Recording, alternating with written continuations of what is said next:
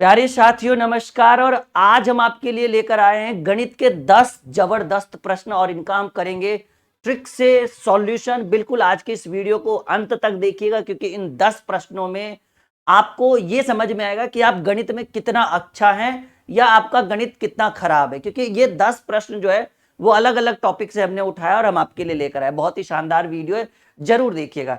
जैसा कि आप देख पा रहे हैं कि पहला नंबर सवाल की एक दुकानदार को 46 रुपए में एक वस्तु बेचने पर 8% का नुकसान होता है। कोई भी चीज प्रतिशत में जो होता है वो 100% के बराबर, सही बात या गलत बात? कोई भी चीज प्रतिशत में 100% के बराबर होता है। और कह रहा है कि जब एक दुकानदार 46 रुपए में एक वस्तु को बेचता है तो उसको 8% का नुकसान होता है, तो 6% के लाभ पर बेचा जाए तो वस्तु का विक्रय मूल्य क्या आएगा। बहुत ही सिंपल सा मेथड है कि सर हमने वस्तु को बेचा 46 में और 46 में बेचने के बाद हम अंदर से फील कर रहे हैं कि हम लॉस में चले गए, और वो कितने परसेंट का लॉस? 8%, यानी 8% का लॉस। तो कोई भी चीज प्रतिशत में 100% में खरीदी जाती है और अगर 8% का लॉस है तो इसकी वैल्यू 100 में 8 घटा दीजिए 92%। एकदम सिंपल सा मेथड, क्योंकि कोई भी चीज अपने आप में कितना क्रय मूल्य 100% होता है, अंकित मूल्य भी 100% होता है। क्रय एक दुकानदार को 46 रुपए में एक वस्तु बेचने पर 8% का नुकसान हुआ, यानी हमने वस्तु को बेचा और बेचने पर हमको 8% का नुकसान हुआ, यानी 100 वाली वस्तु हमने 92 में बेच डाली क्योंकि 100 में 8 घटेगा। अब कह रहा है कि अगर हमें 6% का लाभ के लिए वस्तु का विक्रय मूल्य क्या होगा। अगर हमको 6% के लाभ पर वस्तु को बेचना हो ना तो 100 में 6 जोड़ दीजिए, हमको 106% पर। अगर लाभ की बात बोले तो 100 में जोड़ेंगे और हानि की बात बोले तो 100 में घटाएंगे। एकदम सिंपल सा हमारा फंडा है। प्रतिशत से प्रतिशत कैंसिल, 46 दूनी 92, 53 दूनी 106, यानी आपको अगर 6% का लाभ चाहिए तो आप अपने वस्तु को बेचेंगे 53 रुपए में, जो आपके डी नंबर ऑप्शन में आपका उत्तर है। कैसा लगा ये पहला? एकदम 10 प्रश्न आप देखिए, आपको लगेगा कि हाँ आज का क्लास बहुत ही छोटा था सरल, लेकिन हमने आपके क्लास से इन 10 प्रश्नों से बहुत कुछ सीखा। आइए दूसरा नंबर सवाल आपके स्क्रीन के ऊपर कह रहे दो संख्याओं के महत्तम समापवर्तक और लघुत्तम समापवर्त यानी मासा और लसा का गुणनफल दिया हुआ है 216। यदि एक संख्या 12 हो तो दूसरी संख्या। देखिए जब इस तरह का प्रश्न आए ना तो एक ट्रिक होता है, एक फॉर्मूला होता है। फॉर्मूला ये होता है कि लसा गुने मासा बराबर पहली संख्या गुने दूसरी संख्या। तो बहुत ही सिंपल सा फंडा है कि भाई अब आप यहां चेक करिए कि यहां ना तो लासा दिया हुआ है ना तो मासा दिया हुआ है, लेकिन आपको लासा और मासा का गुणनफल दिया, यानी लासा और मासा को गुना करेंगे तो 216। तो देखिए ना यहाँ लासा गुने मासा ही तो गिवन है, यानी इसके जगह पर हम रख दीजिए 216 बराबर। कह रहे एक संख्या 12 है तो दूसरी संख्या कितनी होगी? सर जी दूसरी संख्या x होगी।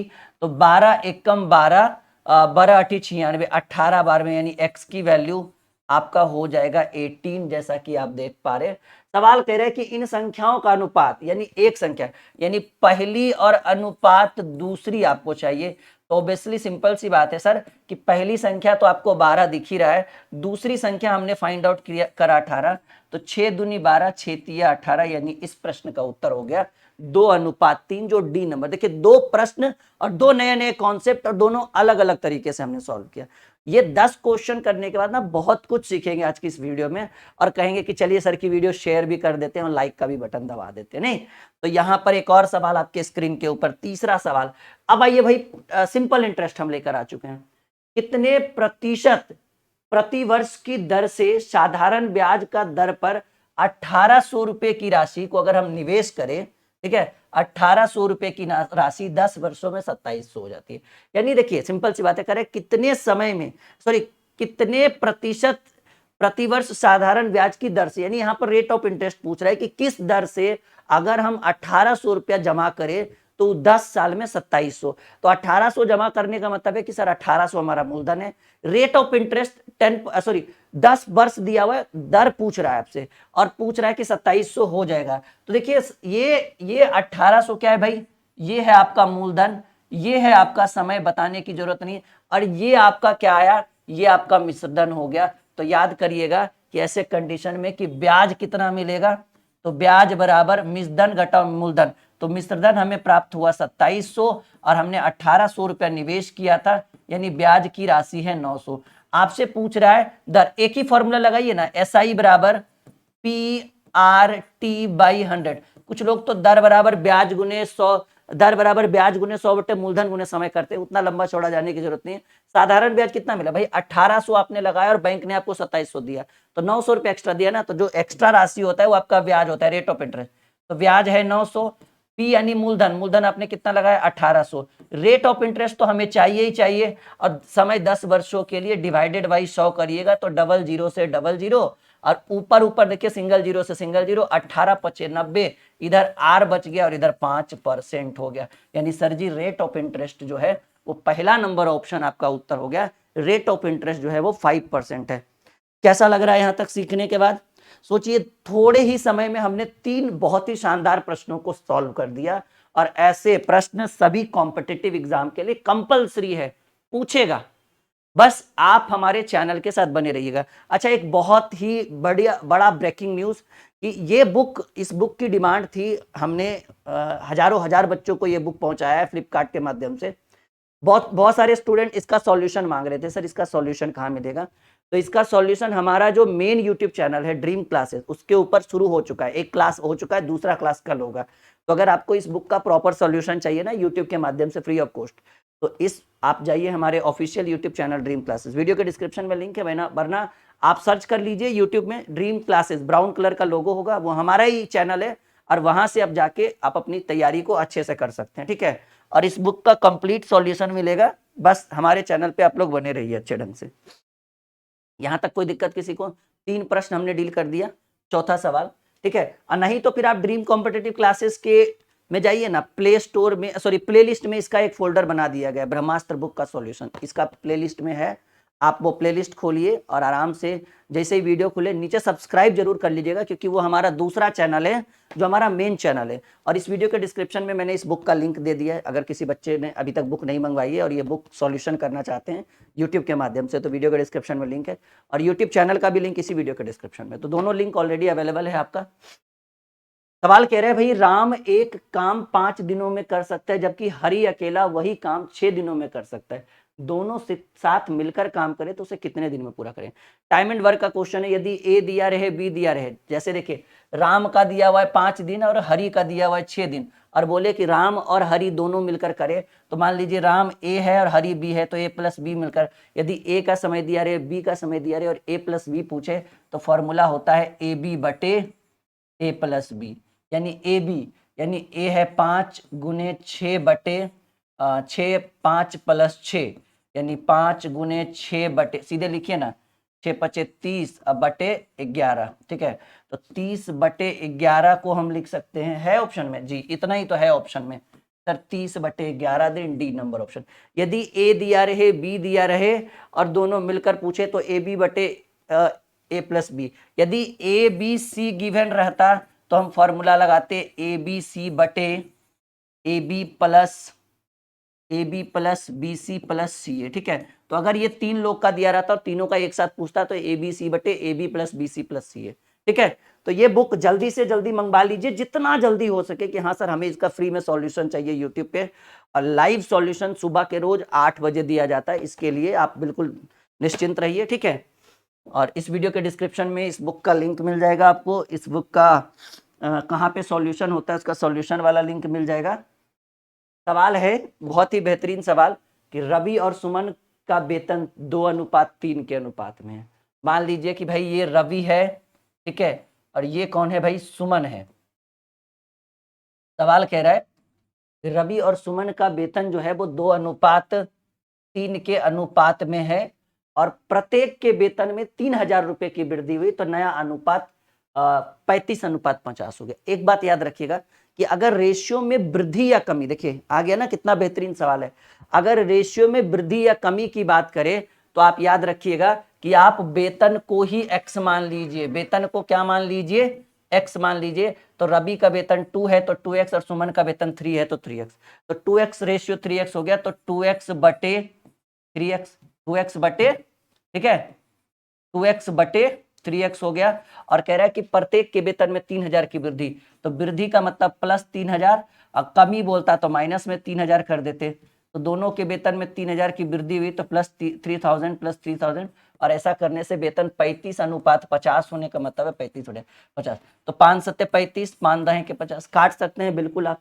तिरछा तिरछी गुना करिए तो 10 दूनी 20x प्लस 3 दूनी 6 पर 4 जीरो, सॉरी 10 से है ना गुना, तो 10 से गुना करेंगे तो ये हो जाएगा 30,000 बराबर 21x प्लस 21,000, ठीक है ना। अब इसको इधर पकड़िए तो 20x माइनस 21x बराबर 21,000 माइनस 30,000, ठीक है। तो माइनस x बराबर माइनस 9,000, तो माइनस से माइनस कैंसिल कर दीजिए, x की वैल्यू 9,000 हमें प्राप्त हुआ। प्रश्न क्या पूछ रहा है, सुमन का नया वेतन। सुमन का नया वेतन देखो जी, सुमन का पहले वेतन कितना था सर, सुमन का वेतन पहले 3x था, 3x था ना, लेकिन ध्यान दीजिए नया वेतन पूछ रहा है, सुमन का नया वेतन पूछ रहा है। तो पहले तो वेतन 3x था और अब हो गया 3x प्लस 3000, क्योंकि 3000 वेतन बढ़ाया गया ना। तो 3 गुने x की वैल्यू 9,000 अब प्लस 3000, 9 तिया 27, 3 30,000 रुपये। जैसा कि आप देख पा रहे हैं कि सर सी नंबर ऑप्शन। कैसा लगा ये क्वेश्चन, कैसा लगा ये सॉल्यूशन? थोड़ा सा हमने लंबा किया है ताकि आप चीजों को अच्छे से समझ सके, ठीक है। तो ये 10 प्रश्नों में आपकी निगाहें जो है, आपकी आंखें जो है खुल जाएगी और बहुत कुछ सीखेंगे आज के क्लास में। कहेंगे कि सर हाँ आपने 10 क्वेश्चन ही बताया, लेकिन सारे सभी के सभी शानदार थे, ठीक है।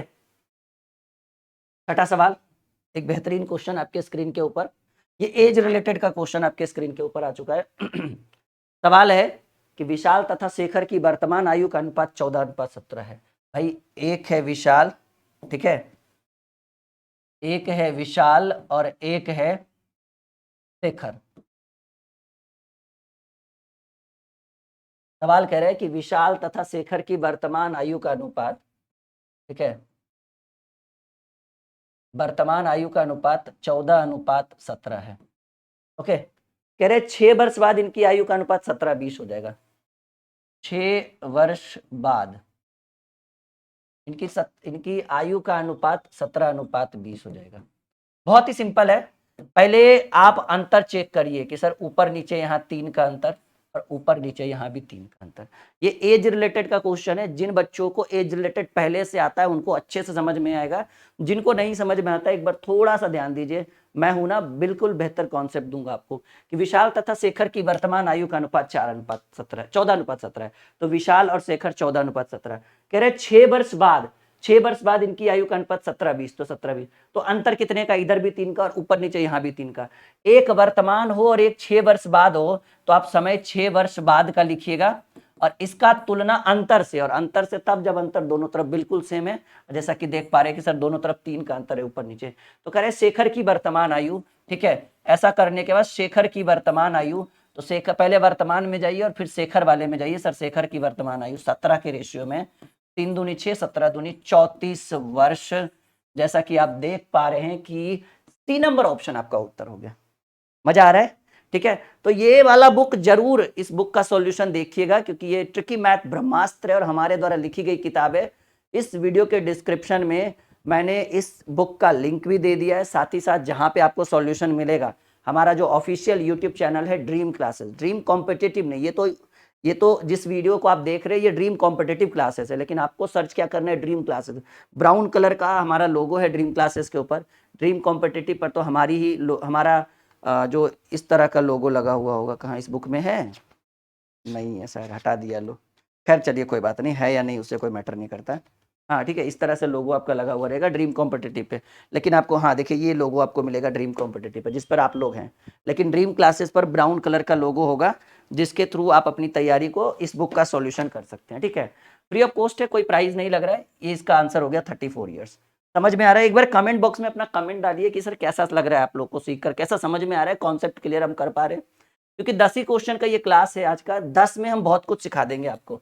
वो आपने कहावत नहीं सुना है भाई, 10 में बस कर देंगे आपके लिए। कह रहा है समीना तथा सुहाना की आयु का अनुपात 7:3 है। एक है भाई समीना और एक है सुहाना। समीना तथा सुहाना की आयु का अनुपात 7:3 है।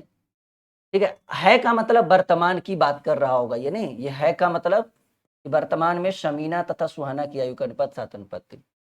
6 वर्ष बाद, ठीक है, 6 वर्ष बाद इनकी आयु का अनुपात 5:3 हो गया। तो कह रहे इनकी आयु में अंतर। देखिए सिंपल सी बात है, पहले हमें चाहिए अंतर रेशियो में। तो सर अंतर तो पॉसिबल ही नहीं है, क्योंकि यहाँ पे 2 का अंतर है और यहाँ 0 का अंतर है। जब तक अंतर सेम नहीं होगा तब तक हम आगे नहीं बढ़ सकते हैं। और अंतर को सेम करने के लिए बड़ा ही सिंपल सा मेथड है कि आप नीचे देखिए कितने का अंतर है। कहेंगे नीचे नीचे 2 का अंतर है, तो आप ऊपर वाली संख्या में 2 से गुना कर दीजिए। ऊपर में कितने का अंतर है गुना करने से पहले, कहेंगे 7 और 3 4 का अंतर है, तो नीचे वाली संख्या में 4 से गुना कर दीजिए। फाइनली आपको मिला 7 दूनी 14, 3 दूनी 6, 5 चक 20, 4 तिया 12। 14 से 20 हुआ 6 का अंतर, 6 से 12 हुआ 6 का अंतर। एक वर्तमान है और एक बाद है, तो आप बाद वाला समय उठाएंगे, ठीक है ना, रूल होता है ऐसा एज रिलेटेड में। और इसका तुलना अंतर से, तो वर्ष में अंतर 6 साल का और रेशियो में अंतर 6 का। सवाल कह रहे हैं इनकी आयु के बीच अंतर है, कितने का अंतर है, तो है का मतलब, ठीक है ना, वर्तमान की बात कर रहा है। और याद रखिए वर्तमान बोले भविष्य बोले अंतर तो सेम ही होगा। तो यहाँ 14 और यहाँ 6 है, तो अंतर कितने के बीच, आयु में इन्हीं दोनों का आयु है ना, तो कहेंगे सर अंतर 8 का, यहाँ 20 है यहाँ 12, यहाँ भी अंतर 8 का ही रहेगा। तो 6 से 6 कट गया, यानी सर इनके आयु के बीच का जो अंतर होगा वो 8 वर्ष का होगा। और ये एज रिलेटेड का बड़ा इंटरेस्टिंग क्वेश्चन है, बहुत ही लाजवाब प्रश्न है ये एज रिलेटेड आयु संबंधित का। यहां तक सीख पा रहे हैं आप लोग, ठीक है ना। चलिए 8वें प्रश्न की ओर चलते हैं। अच्छा 8वां हमने हटा दिया क्योंकि वो रिपीटेड क्वेश्चन था। आइए 9वें प्रश्न के, मतलब एक ही क्वेश्चन 2 बार आ गया था टाइपिंग में, तो इसलिए हमने उसको हटा ही दिया सीधे ढंग से। 9वां सवाल आपके स्क्रीन के ऊपर ये रहा, कह रहे एक दुकानदार किसी वस्तु के अंकित मूल्य पर 22% की छूट देता है और फिर भी 20% का लाभ कमाता है। यदि वस्तु का लागत मूल्य 520 रुपया है, ठीक है, तो उसका अंकित मूल्य, मान लीजिए कि भाई अंकित मूल्य कितना होगा, कोई भी वस्तु का अंकित मूल्य आप अपने मन से, चाहे वो अंकित मूल्य हो या क्रय मूल्य हो, आप 100% मान देते, ठीक है। विक्रय मूल्य कितना में बेच रहा है, विक्रय मूल्य 22% की छूट के देने का मतलब है कि 100 में 22 घटाइए 78% पर। अंकित मूल्य 100%, विक्रय मूल्य 78%।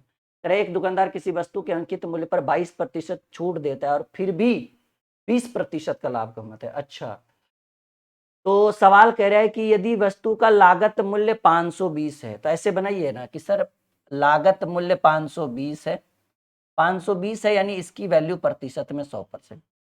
आपने कहा, ठीक है ना, या फिर ऐसे कहिए कि सर लागत, ऐसे भी तो हमें पता है लागत मूल्य 520 है यानी क्रय मूल्य 520 है, तो ऐसे बनाइए कि 520 की वस्तु है और हम इसको कितने में बेच रहे हैं, सॉरी विक्रय मूल्य क्या कह रहे हैं जी,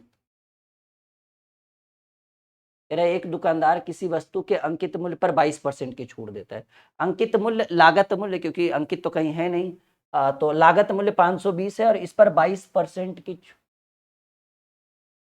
यदि वस्तु की लागत मूल्य 520 है तो उसका अंकित मूल्य, ऐसे करिए ना कि अंकित मूल्य 100 है ना, मिस्टेक, एक दुकानदार किसी वस्तु के अंकित मूल्य पर 22% की छूट देता है और फिर भी 20% का लाभ प्राप्त करता है, ठीक है ना। तो अच्छा 20%, मान लीजिए कि अंकित मूल्य 100 है और बेचा 78% पर और फिर भी कह रहा है कि 20% का लाभ है, तो इसका हम क्रय मूल्य निकाल ले कि भाई खरीदा कितने में होगा। 78 में बेचने पर कह रहा है कि हमको 20% का लाभ हो रहा है, नहीं इसकी वैल्यू 120, प्रतिशत में 100%, तो 20 पच्चे 100, 24 पच्चे 120 और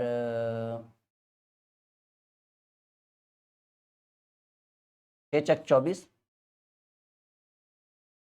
हाँ मिस्टेक हो रहा है यहाँ पे, यहाँ तक तो बिल्कुल सही है। कह रहे एक दुकानदार किसी वस्तु के अंकित मूल्य पर 22% की छूट देता है और फिर भी 20% का लाभ कमाता है। यदि वस्तु का लागत 520 रुपया है तो उसका अंकित मूल्य क्या करे, तो मान लेते ऐसा करते कि अंकित मूल्य x है, 22% की छूट पर देने का मतलब है कि 78% पर दिया, ठीक है ना, फिर भी कह रहा है कि 20% का लाभ हुआ यानी 120%, ठीक है। और इसका पूछ रहा है और ये लागत मूल्य के बराबर है 520, ऐसे हो सकता है पॉसिबल। 13 छक 6 से काटेंगे, 13 छक 78 20 छक 120, 13 चक 52, 40 बार में x की वैल्यू 40 गुने 20 800। हाँ ये बिल्कुल सही आंसर होगा। थोड़ा सा हमारा मिसअंडरस्टैंडिंग इसमें चला गया था। यानी अगर हम वस्तु का अंकित मूल्य, कह रहा है उसका अंकित मूल्य माना हमने एक x रुपये, और हम अंकित मूल्य पर 22% की छूट दे रहे हैं, क्योंकि छूट हमेशा अंकित मूल्य पर दिया जाता है, तो हम 78% पर बेचे, 78% पर बेचे, फिर भी कह रहे हैं कि सर 20% का प्रॉफिट, यानी इसकी वैल्यू 120 के बराबर है, तो इसमें डिस्काउंट दिए फिर 120 के बराबर है, यानी वो लागत मूल्य को लेकर जाएगा, यानी इसकी वैल्यू 520, एक्स की वैल्यू हमने प्राप्त करा 800 रुपये। थोड़ा सा मिसअंडरस्टैंडिंग इसके अंदर हुआ, पर फाइनली हमने इसका सही उत्तर किया। ठीक है, ये आपका करेक्ट आंसर है। चलिए ready for the next question. ये बड़ा बेहतरीन सवाल है, पास वाला क्वेश्चन। करे एक परीक्षा में गणित में 66, अंग्रेजी में 70 अभ्यर्थी उत्तीर्ण हुए। यदि 20% अभ्यर्थी दोनों विषयों में अनुत्तीर्ण हुए और 350 अभ्यर्थी दोनों विषयों में उत्तीर्ण हुए, तो कितने अभ्यर्थी परीक्षा में बैठे थे? तो आप ऐसे करिए ना कि यहाँ पर दो फॉर्मूला लगता है। एक फॉर्मूला लगता है कि भाई पास बराबर, ये परसेंटेज का बड़ा इंटरेस्टिंग एरिया है, पास बराबर पास प्लस पास माइनस पास, और फेल बराबर fail plus fail minus fail. ठीक है, पास बराबर पास प्लस पास माइनस पास, और फेल बराबर fail plus fail minus fail. सवाल कह रहा है कि आप लास्ट में ये जो दिया हुआ इसको पूछे, 350 अभ्यर्थी दोनों विषयों में उत्तीर्ण हुए, यानी उत्तीर्ण हुए यानी पास वाला फॉर्मूला लगाइए, और ये 2 सब्जेक्ट का पास निकालेगा, सिंगल सब्जेक्ट का नहीं। ये फॉर्मूला, इस टाइप के क्वेश्चन शायद आपने कभी पढ़ा होगा। एक परीक्षा में गणित में 66 और अंग्रेजी में 70% उत्तीर्ण हुए और 20% दोनों विषयों में अनुत्तीर्ण हुए, तो पास हुआ भाई एक तरफ 66 और एक तरफ 70, और 20% अनुत्तीर्ण होने का मतलब है कि 100 में 20 को फेल हो गया होगा, यानी 80 को पास हुआ होगा, क्योंकि फॉर्मूला हमने पास वाला लगाया। पास बराबर पास प्लस पास, और उधर माइनस में पास होगा, तो पास प्लस पास माइनस पास। ठीक है, और कह रहा है अनुत्तीर्ण विद्यार्थियों की संख्या अनुत्तीर्ण अभ्यर्थियों की संख्या 350, और 350 अभ्यर्थी दोनों विषयों, अच्छा उत्तीर्ण का ही चाहिए, तो पास का दोनों विषय में परसेंटेज निकालिए, 7 6 13, 136 माइनस 80। 56% स्टूडेंट जो है, फॉर्मूला लिख लीजिएगा, 56% स्टूडेंट जो है वो दोनों विषयों में पास हुए, और कह रहा है 350 अभ्यर्थी दोनों विषयों में उत्तीर्ण हुए, तो अभ्यर्थी 350 पास हुआ, प्रतिशत में 56%, और कह रहा है कितने अभ्यर्थी परीक्षा में बैठे थे, टोटल कितना बैठ सकता है? मैक्सिमम 100%, इससे ज्यादा पॉसिबिलिटी ही नहीं है। यहां तक ठीक है? देखिए हमको लग रहा है क्वेश्चन का टाइपिंग मिस्टेक है, चलिए करके देखते हैं। ठीक है, 14 चक 7 पचे 35, 7 8 56, नहीं ठीक है जी, 8 56, 8 बार में 7 से काटा हमने, 4 दूनी 8, 25 चक 100, 25 गुने 25, 625 है ऑप्शन है। हाँ 625 अभ्यर्थी बैठे थे, डी नंबर ऑप्शन। ठीक है, तो ये एक बेहतरीन, बहुत ही सिंपल वे में हमने किया। ये वाला हम एरिया फिर से कर देते हैं अगर दिक्कत है तो। देखिए पास स्टूडेंट की संख्या प्रतिशत में कितनी आई सर? 56%, और यहाँ कितना कहेंगे? 350 स्टूडेंट पास हुआ, जिसकी वैल्यू प्रतिशत में 56%। टोटल कितना अभ्यर्थी परीक्षा में बैठा था? तो 100% से ज्यादा कोई भी चीज पॉसिबल नहीं है। ठीक है, तो 7 से काटे 7 8 56, 7 पचे 35, 25 बार में, 4 बार में, फिर 25 चक 100, 25 गुने 25, 625 अभ्यर्थी बैठे थे परीक्षा में। और ये वीडियो बहुत ही शानदार रहा होगा आपके लिए। लाइक शेयर, और इस बुक का सॉल्यूशन करना है तो ड्रीम क्लासेस पे जाइए, वीडियो के डिस्क्रिप्शन में दोनों लिंक है, और जल्दी से क्लास को ज्वाइन करिए। ठीक है, ऑलरेडी शुरू हो चुका है क्लास। Bye bye.